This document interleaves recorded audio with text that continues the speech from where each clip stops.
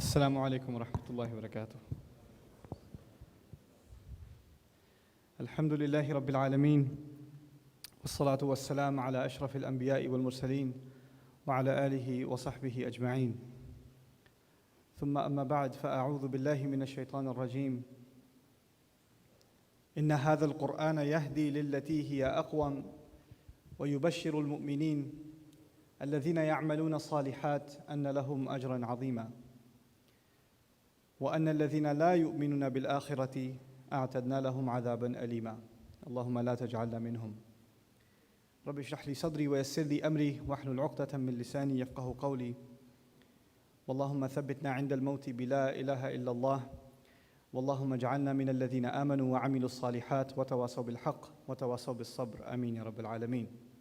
Can everyone hear me clearly in the back? Can you guys hear me? Raise your hand if you cannot hear me. If you can't hear me. Okay, good. Nobody raised their hand. All right. I wanted to make this first session, inshallah ta'ala, and dedicate this one session to what I feel is one of the most pressing issues in the lives of Muslim youth, one that I have come to experience myself personally at one point in my life, and as I've had the opportunity to travel more recently and interact with many, many young people across the country, I'm noticing that it's not a program localized to one community or limited to one specific kind of person, but rather it's happening pretty much almost universally. And I guess I'd probably want to term that a crisis of faith and a crisis of confidence in the religion. You know, alhamdulillah, many of you that are sitting here are Muslims that are eager to learn something more about their religion, and they want to advance further. And inshallah ta'ala, you guys are the hope for becoming ambassadors of this religion, not just to non-Muslims, but even to your struggling Muslim friends and family that are Muslim, but they're barely holding on to their faith. And they're barely holding on to any semblance of Islam in their lives. And you are, at this point, the only people, the only connection essentially that Allah has provided to them for Islam. So the fact that you're here is already speaking volumes for the kind of commitment you have. And you might not think very highly of yourselves, but actually I do. And Allah Azza wa Jal, perhaps Allah Azza wa Jal holds you in very high regard. And may Allah accept this gathering and gatherings like this one and make us sincere in them. Now what I wanted to talk about, this crisis of faith, I'll share a couple of stories with you and then I'll talk about it in general. The first story is from a couple of years ago. I was giving a khutbah in a city that I don't want to name, and at the end of the khutbah, a father came up to me and said, "I'd really like you to have lunch at our house. I want you to talk to my daughter." And I said, "Okay, I guess I have time." So he was right next door to the masjid too, so he took me to his house. And his daughter, he said, if you're okay with it, my daughter has some questions about Islam, etc., etc. If you don't mind, you can help her answer some of them. So his daughter comes out. By the way, this is a Muslim family, born and raised Muslims. Parents are born and raised Muslims. Children are raised Muslims. And she comes out and she has piercings in strange places on her face, like on the side of her eye and like a couple on her forehead, like weird places. You look at that and you go, ouch. But anyway, so she sits down. I'm kind of weirded out at this point, but okay, you know what? Let's have her ask her questions. And she had about 30 of those. She had about 30 questions. And I didn't answer any of them. I just said, so what else? I kept saying, what else? And she kept adding stuff. And she had questions like, well, I have some friends in high school and they're gay and they're not bad people. They haven't killed anyone. So why do we hate them so much? And why did God make a hell? Why did he have to do that? What's the point? If he wanted to make a hell, then why did he create us to begin with? If he knows we're going to go there, then why did he do that to us? And she said, well, what's so bad about having a boyfriend? It's not like, murder. I'm not that bad. What's the big deal? Why did we make such a big deal out of everything? And I said, at this point, internally, I've already had 3 heart attacks, but externally, I'm saying to her, what else? And she just keeps going and going and going. And mind you, her father is sitting there. So if I'm having seizures, I felt really sad for him. I really did. And she just kept going and going. And at the end of her 30 questions, I said, okay, I'm willing to spend time with you and discuss these issues with you, but I'd rather you just answer one of my questions first. If you could do that, then we can probably have a good, well-directed conversation. There was a copy of Quran sitting on the dining table, so I picked it up. I said, do you really actually believe this is from God? Sent by an angel, through an angel, to a man, sallallahu alaihi wasallam. And whatever this has is perfect instruction for you and for me to live our lives in the best possible way. And if we live our lives this way, we'll find happiness here and forever. And if we don't, we'll find misery here and forever. Do you actually believe that? She goes, no, I'm not so sure. So she told me flat out, I'm not so sure. I said, well, then all of those other questions don't matter. None of that stuff matters. That's what I would call a crisis of faith. That's the first crisis of faith. And she's not the only one. I've seen this story play itself out. And a lot of people have those kinds of questions. They don't ask them. They don't ask them. A lot of people, I'm not just picking on girls here. Muslim guys, they'll be raised in a religious family and they know certain things are haram. And they'll, in their head they'll say, why is it haram? Why can't I do that? And they'll just say, Allah said so. You say that for everything. And then if somebody was to ask them, so what's Islam? Everything's haram. Here's my summary, all right? Islam equals don't smile, don't have fun, don't live life, because all of that stuff is haram. It's forbidden, right? And of course it's reinforced because when you come to a typical masjid across the country, all you see is people that are frowning all the time. It's like mamnu' at-tabassum, right? It's forbidden to smile here. Like if they even see a child running a little bit with a smile, hey, masjid.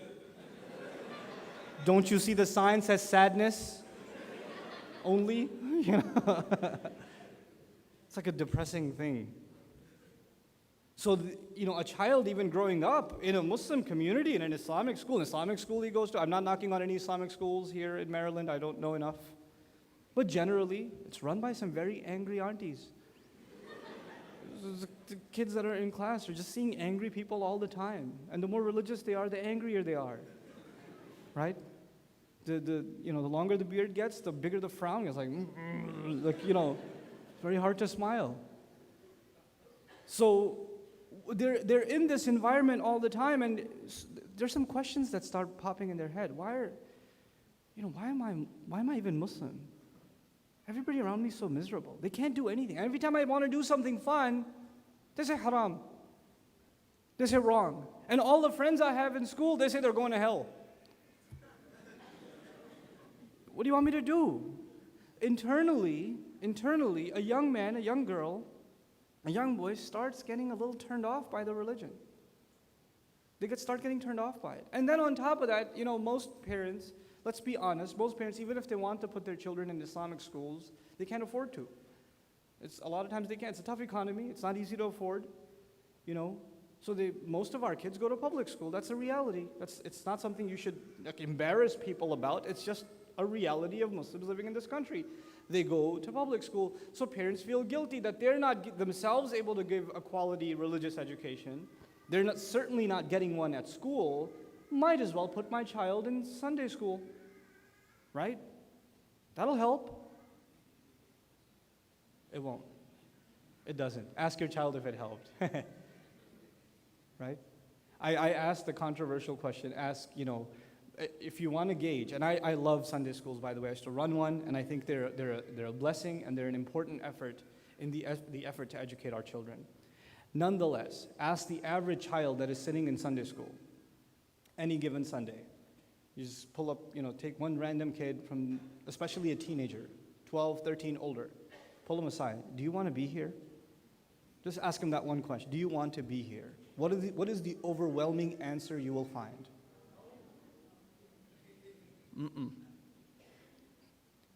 They've already served 5 days in prison at school. The prison for a child is behind a desk. And what do parents do? You need to serve some extra time. Here's a 6th day in prison. By definition, kids hate class. It's, when the bell rings for recess, you should look at, I used to be a teacher at a school, And one of the ways I would punish students if they were misbehaving is the bell for recess would ring, and I say, you can't leave yet. You have to finish 10 more problems. And you see all these kids sitting there. And as the bell rings, the temperature in their seats rises. And it hurts to stay inside your seat. And then they look outside the window and they see others entering the gates of paradise. You know? And they're like, oh, yeah. Can we go, please, please, please? Just anything but here. Anything but here. They hate being in a class. And what do? We stick them in another class. And when we stick them in another class, oh, at least it should be fun, right? No. Not going to be fun either. Somebody's going to come and they're going to, my second story now. My second story. This has actually happened in a Sunday school I used to be a part of. The class next to me was a bunch of teenage boys, or preteens, like 11 to 13, younger guys. Teacher walks in and says, today, children, I'm going to tell you the best story of all time. The best. Do you know what it is? This kid raised his hand. Yes, you can tell me what it is. Dragon Ball. This kid next to him goes, no, Yu-Gi-Oh, Yu Hakusho, something. This other kid goes, no, Naruto. And this other kid, and they start arguing with each other. No, that's the best story. No, that video game had the best storyline. And the sequel was even better because it went backwards in time. And the other one goes, no, did you see that movie? Oh my God, it was awesome. Have you seen the third season of this or that or the other? Oh my goodness, this argument breaks out in class. And the teacher standing there in shock, his jaw is dropped. He doesn't know what to do. Like, no. This is all wrong. I meant the story of Yusuf in the Quran. Because Allah Azza wa Jal says, نَحْنُ نَقُصُّ عَلَيْكَ أَحْسَنَ الْقَصَصِ كَمَا قَالَهُ سُبْحَانَهُ وَتَعَالَى. He said himself, we're narrating on to you, in fact, the best of all possible stories. This is a claim made by Allah. And so he was expecting the child who raised his hand to say, yes, I know the best of all stories. It's the story of Yusuf alayhi salam. Nobody said that. It wasn't even a contender. It wasn't even a contender. So he says, no, children, you're all wrong. The best story is the story of Yusuf. And the kids go, oh, I already know that one. Okay, yeah, sure, it's the best. Mm-hmm. Do you think they really believe it's the best? That's a crisis of faith right there. Allah said something. And our children sitting in a Sunday school, in a masjid, in the house of Allah, no matter how badly you want them to believe that, they don't. They're just saying it because you want to hear it. They're just saying it because you want it. That's a crisis of faith.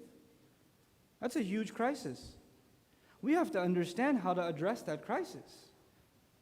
All the other problems we have for our youth, and if you want to make a list of those and have programs about those, how Facebook is a fitna, how YouTube is a fitna, how the internet is a fitna, how stepping outside of your house is a fitna, how high school is a fitna, how the mall is a fitna, how your friends are a fitna, how your car is a fitna, how your cell phone is goodness gracious, oxygen is a fitna at that point, right? The list keeps going. I'm saying that list is superfluous. I'm arguing that stuff is fluff. We have to look underneath that fluff and look at what the real problem is. The real problem is a crisis of faith. We need to understand the problem. And the problem is our youth are not confident, not proud, not in love with Islam. They're not confident in the Quran.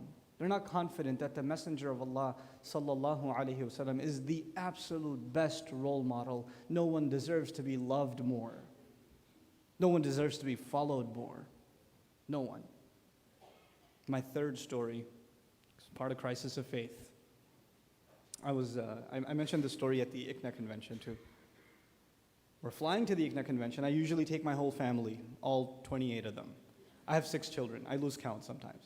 But anyway, so we're flying together. My kids are little, so they're short, so they can't really see over the seat in the plane.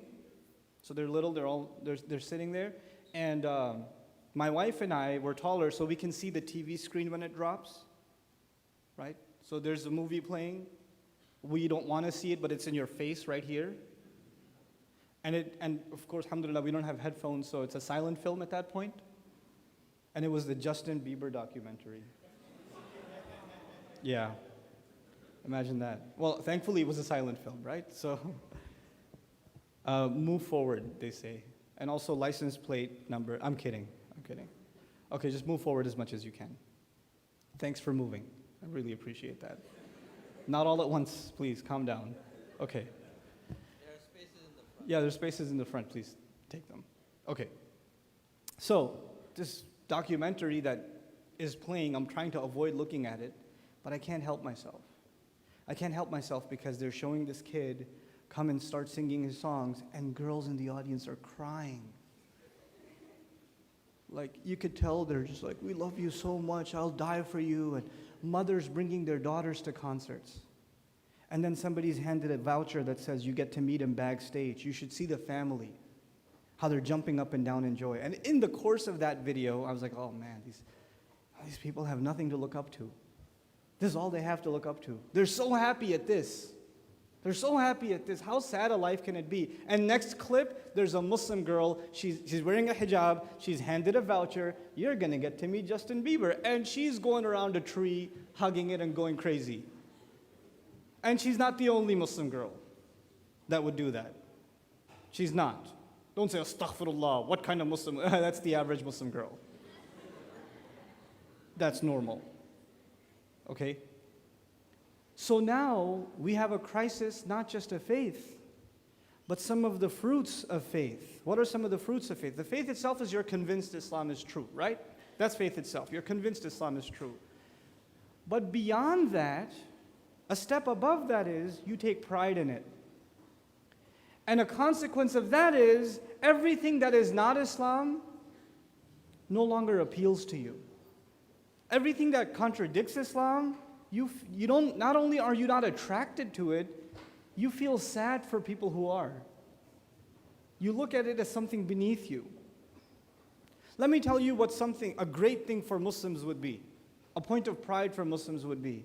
Instead of a young Muslim man thinking, I can't do this, I can't do that, I can't do the other, everything is haram, look at my friends, they get to do this and that and the other. Instead of a Muslim girl who's going to high school and she's wearing hijab and everybody makes comments at her and pokes fun at her and says weird things to her.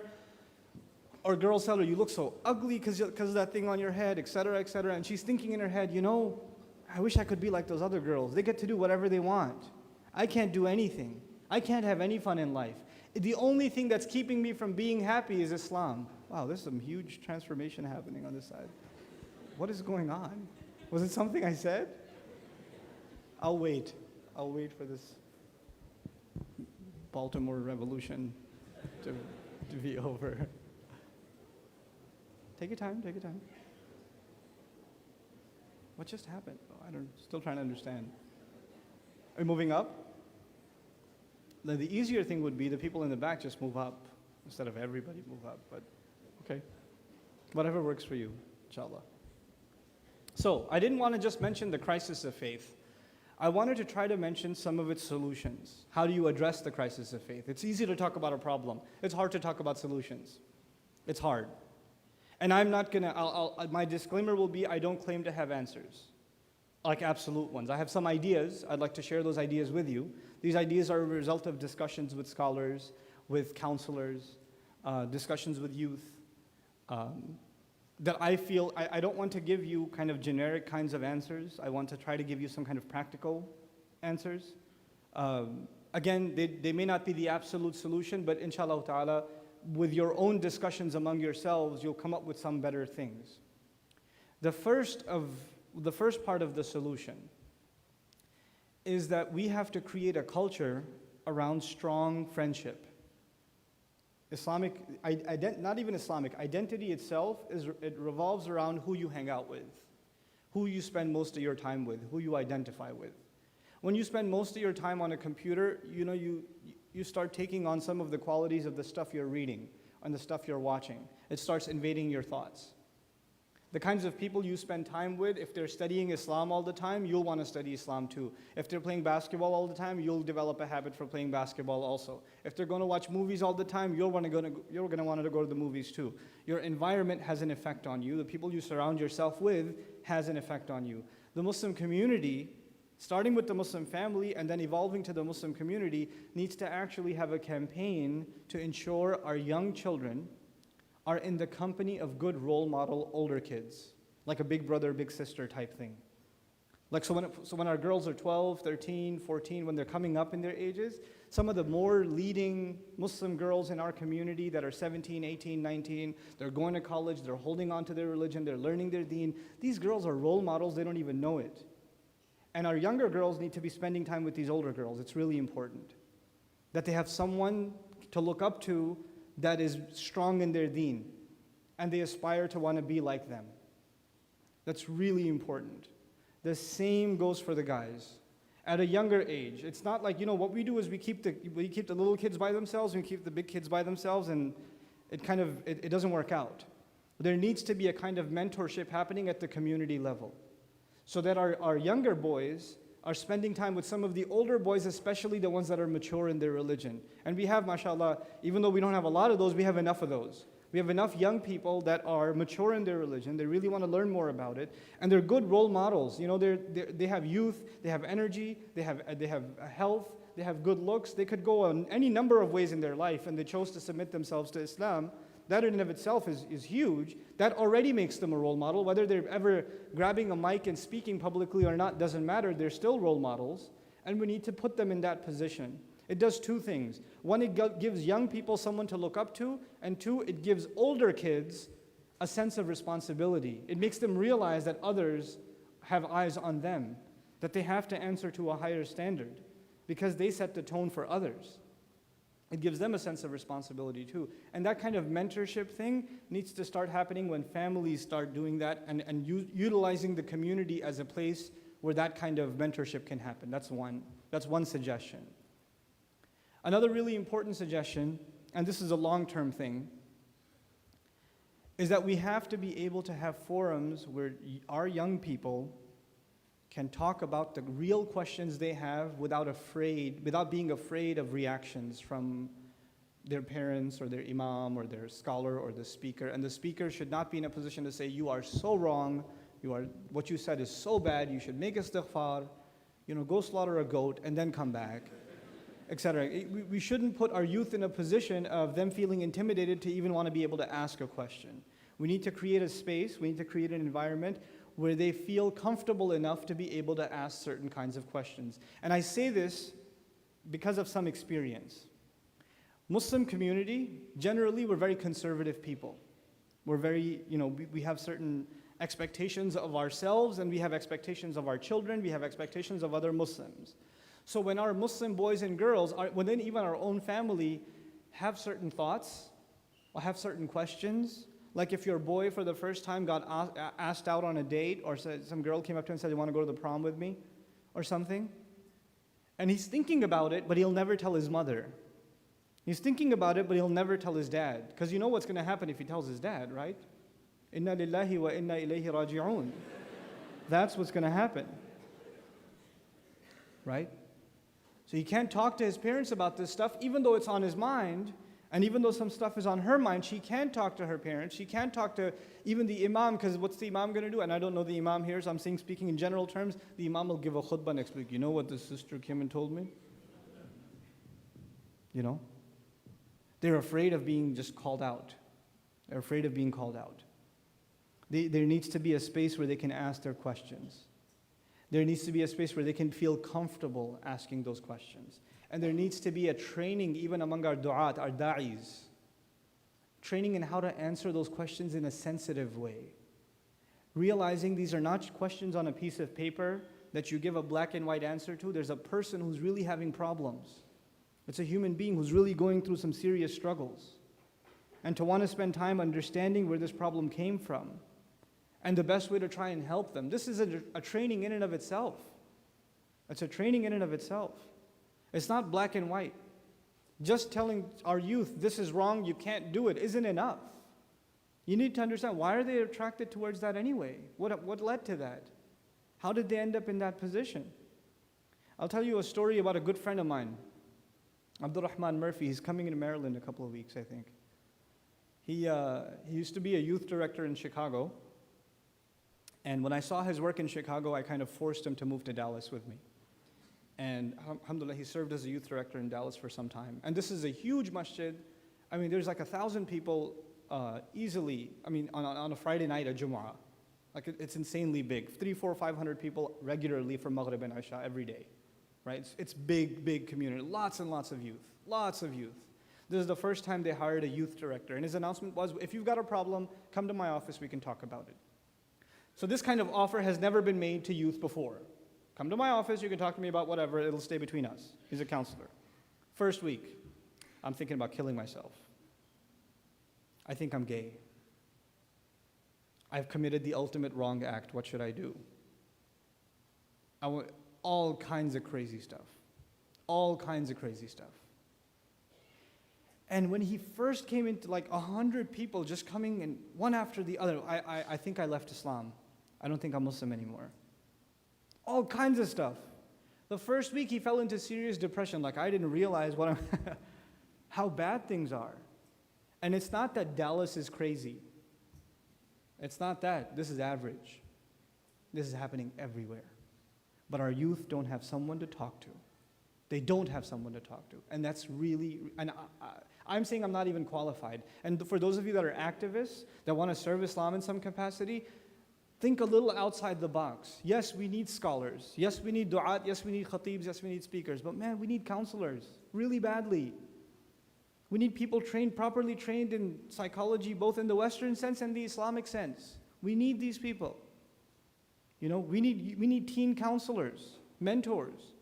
We need marriage counselors, but that's another story. I just want to talk about the youth for now. We need leadership trainers, people that instill a sense of confidence and love in youth. This stuff is important. It's really important, you know? And this is, to me, these things come first. And when these things are in place, then Islamic education on top of that makes sense. It makes sense because the people that are trying to learn now are already convinced of what they should be learning. Our assumption for a long time has been if we give people knowledge, automatically they'll be convinced. It hasn't worked. It hasn't worked. Our kids will tell you about the life of the Prophet ﷺ. Kids that attend really good, and I've seen this happen, really intelligent children that are really good readers. Not Islamically, but just they're good readers. They get good grades in social studies, they get good grades in history, they get good grades in all these other reading subjects. You give them an Islamic studies textbook, they're going to read it, they're going to be really smart at understanding it, they'll get 100 on the test. But it still won't mean they've internalized any one of those principles. That just means they're good readers and they're good at taking tests. And they're going to get an award at the end of the school year for getting 100 on that test. That does not mean that they've internalized anything. Anything. That just means they're good at taking tests. Our gauges of giving Islam, instilling Islam into our youth, our measures for that are very shallow. It's not the same as measuring whether your kid is doing well in math. It's not the same. They're two different things. And then our children are very smart. You know, kids are very adaptive. Especially teens are like cunning. They'll tell you exactly what you want to hear. What's the best story of all? Yusuf alayhi salam. Got him again. Yeah. They'll tell you because they know that's what you want to hear. It's the scariest thing I've ever seen. Scariest thing. Abdul Rahman was doing a youth program. He said, how many people believe that when you make dua to Allah, you just raise your hand, you make dua to Allah, Allah is actually listening? Everybody raised their hand. Then he said, okay, think about it for 1 whole minute and then tell me. 3 people raised their hand. 3 people. That's the scariest thing. Scariest thing. This is the crisis of faith. This is what we have to address first. This is at the younger youth level. I want to talk a little bit about the older. How much time do I have left? Do you know? Half an hour? No, I don't need half an hour. Okay. I need much less than that. The next level of crisis I want to talk to you is, this is more psychological in nature. But there's one higher up that's more intellectual in nature, a crisis of faith again, a fundamental crisis again. Our kids, you know, we're living in a time now where obviously Islam is constantly under attack. Actually, when you think of Islam, you think of criticism before you think of anything else, okay? And there are certain ideas that are associated with the word Islam, with the word Quran, with the word Sharia, So if you ask an average person, you say the word Sharia, what are the things that come in their head immediately? Without you adding any adjectives yourself, what are some ideas that immediately pop in their head?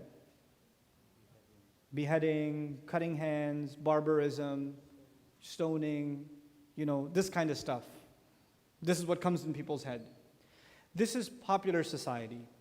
And you cannot imagine, you cannot assume that Muslims that live in a society where Islam is constantly being bashed, not even a society, a world where Islam is constantly being bashed, will not have an effect, some residual effects on them also.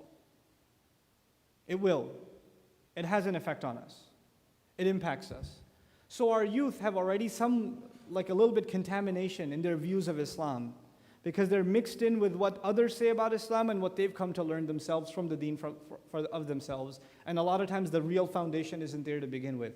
Then they go to college. And when they go to college, they already felt bad about looking Muslim, being weird, being different, being the guy that's being criticized all the time. And then they end up in philosophy 101. And they end up in anthropology 101. And they end up in Middle Eastern studies 101. And you know what happens in those courses, right? You know what happens in those college courses? Basically now this youth, let me tell you what's going on. This youth who felt bad about Islam this whole time, they didn't feel confident in the faith to begin with, and it was something they were almost embarrassed about. Now they have some philosophical arguments in their hands that justifies, well, yeah, I'm not that interested in Islam anymore because, how do we really know if God exists? I took a course about whether God exists or not, and there are all these arguments. But the real problem isn't that they have new philosophical arguments. The real problem is they never had a real love and conviction and loyalty to Islam to begin with. These courses only made it easy for you to make an excuse. Hide behind the facade of an intellectual excuse. That's all it is. But they're being equipped with those excuses. And then of course you take Islam, people want to study Islam in the West, and they want to study Islam at the University of Chicago, or they want to do a master's in Islamic studies from George Mason or wherever else. And all over the country there are Islamic studies programs now. These are anti-Islamic studies programs. These are un-Islamic studies programs. The entire idea behind them is criticism. The religion you've learned to appreciate and love and admire your entire life, now you're going to do a master's degree. The entire time your teachers will constantly be doing one thing with Islam. What will that be? Criticism, criticism, criticism, criticism, criticism. You don't think that'll have an effect on you? You don't think that'll start messing with your head eventually? I met a friend who's doing a master's degree in Islamic studies at Harvard. And he told me he used to do, he was learning Islam in high school. He got really interested. He went to Syria and did some Arabic studies. When he came back, he said, I should learn more about Islam. So I decided to join the master's program at Harvard. So he joined. 1 semester into the program. 1 semester. The first semester was Introduction to Hadith. Sounds awesome. You know what the premise of the textbook was? The premise of the textbook was, the more sahih a hadith is, if it's muttafaqun alayh, if it's agreed upon by both Muslim and Bukhari, that just means the authors went out of their way to tell people that it's authentic. So the more authentic the Muslims say it is, actually that's the more fabricated it is. That was the premise of the course. That was the premise of the course. Introduction to Hadith. You take that for a semester, see what happens to you. Are we even equipped to handle that stuff? No. No, we're not. And I'm arguing that that's already happening. A good number of youth are in Islamic studies programs, and they're developing some very strange understandings of Islam. Very strange understandings of Islam. And these are going to be movers and shakers in the world. You think that these people that are on CNN, that come out, the Irshad Manjis of the world are weirdos? There's a whole army of them on the way. There's a whole slew of them on the way. You think that's wacky? You haven't seen anything yet. The real show is about to begin. We haven't equipped our own youth intellectually. Our Islamic schools should not be there to protect children from the world of kufr. Our Islamic schools are supposed to be, this is what you're going to find them saying about Allah's deen, and this is how we respond. So when you go out there, you're not there to answer their questions. You become the people that follow the nation of Ibrahim alayhi salam. He's not asked questions, he's the one asking the questions. He's not, he's not shaken about his faith. He makes other people shaken about their false beliefs. It's the other way around. Our entire approach to Islamic education has become entirely defensive. There's too much fitna out there. We need to shield our children and hide them from what's going on outside. I fear for them when they go to college. No, everybody else should fear when the Muslim goes to college. It should be the other way around. We should be the carriers of confidence. That's what it should be. It needs an entire rethinking on our part on how Islamic education is conducted. We're constantly on the defense. This is my last point about this, building this kind of character and this mindset. We're continuously on the defensive. I'm tired of it. I'm tired of it, personally. We don't have to constantly explain ourselves. That's a really easy strategy that was employed even at the time of the Prophet ﷺ. Keep asking him all kinds of questions. Just keep him busy answering those questions. If he's constantly answering your questions, he'll never get around to asking you any questions. So some members of Bani Israel in Medina, some Jews of Medina, who brings you revelation? Jibreel? Oh, okay, that's interesting. Who are these people of the cave? Oh, okay, you know who they are? All right, okay. What's the ruh? What's the ruh? Oh, you got an answer for that too? Okay. How come sometimes a boy is born and sometimes a girl is born?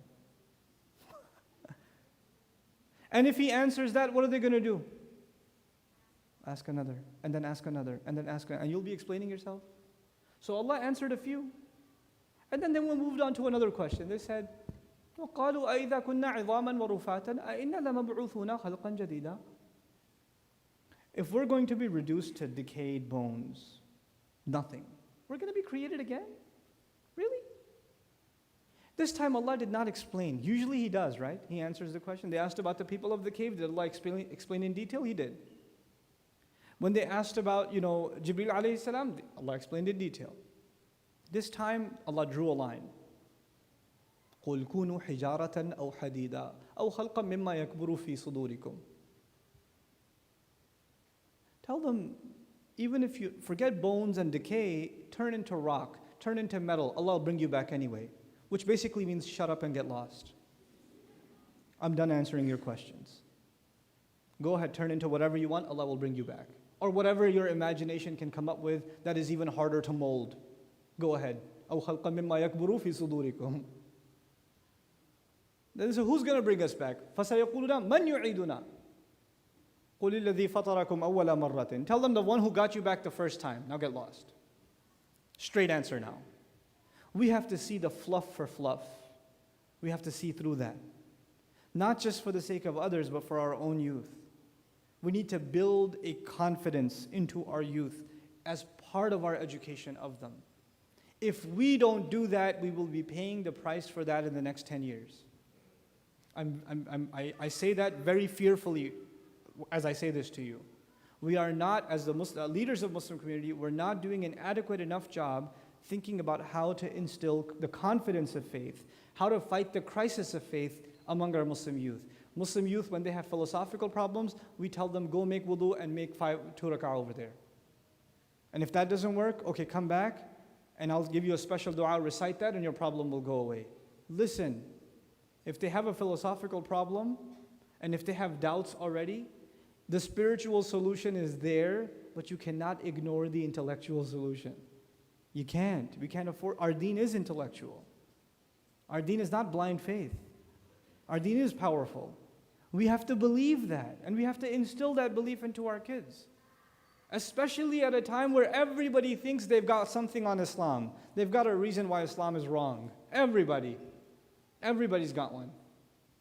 Christians are attacking Islam. Do you know how ridiculous that is? Do you understand how absurd that is? I live in the South, right? Or close enough. I live in Texas. And I drive around in the South a lot. And my hobby is listening to Christian talk radio. That's what I do. When I'm on a road trip, I listen to Christian talk radio. And most Christian talk radio is about Islam. Because they have nothing much to talk about within, So it's just, these Muslims, their Quran, thinks that we're doing shirk. Us believers are doing shirk, and we've got a Quran expert here who's going to explain everything to us. And then they'll have their whole show. And I'm listening to this stuff, and I'm laughing my head. It's such good comedy. It's quality comedy. Except when they talk about the contradictions in the Quran and its grammatical mistakes, right? When they talk about that stuff, I'm sitting there laughing, and at the same time I start crying. Because somewhere there's a Muslim listening to this who has no foundation in faith, and he's listening to this and saying what to himself or herself? Oh my God, that makes sense. They're onto something. They got us. We haven't been able, we haven't yet done our job planting the right seeds. That's my only premise. That's my only point. And we have to do that at an early age. And forums like YM and programs, like regular programs like YM, where youth get together and have company of each other, these are components of building confidence in your faith, because you're around other people that have similar confidence. Confidence feeds confidence. That's one part of it. But now we have to think even further. And we really have to give some serious thought on how to develop these kinds of institutions and how to evolve our current institutions and make them ready for these real challenges that are coming, and see the symptoms for symptoms and see the actual disease that needs to be attacked. Most of the time we talk about the symptoms, we don't talk about the disease. May Allah Azza wa Jal allow us to see the disease and empower us to be able to find a cure for those diseases through His book and the sunnah of His messenger sallallahu alayhi wa sallam. Barakallahu li wa lakum. Assalamu alaikum wa rahmatullahi.